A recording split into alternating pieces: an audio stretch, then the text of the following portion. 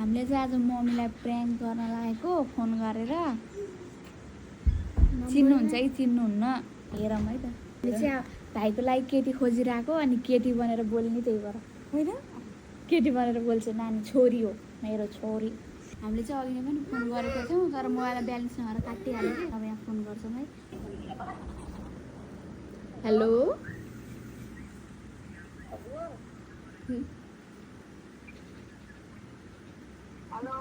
जानुका दिदी बोल्नु भयो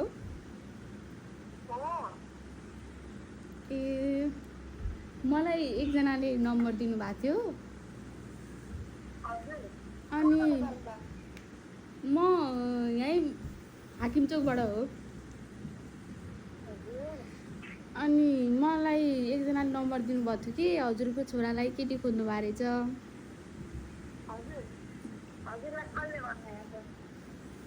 अब सुन्नमा आएको थियो यस्तो यस्तो छ अब यता यता छ अरे बाबु भनेर अब सुन्नमा आएको थियो। नम्बर दिनुभएको थियो मलाई अनि कुरा गर्नु नि त एकचोटि भनेर अनि त्यही भएर अनि फोन गरेको हजुरलाई।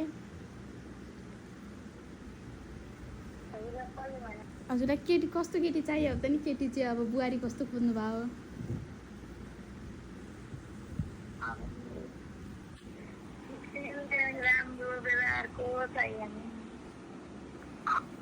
मलाई गीता दिदीले भन्नुभयो कि गीता आचार्यले। ए अनि मलाई भन्नुभएको थियो अनि मैले अनि कुरा भएको थियो। हजुर के गर्नु?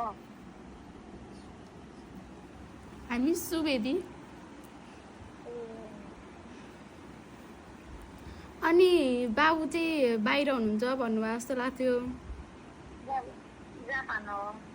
ए कति भयो जानुभएको?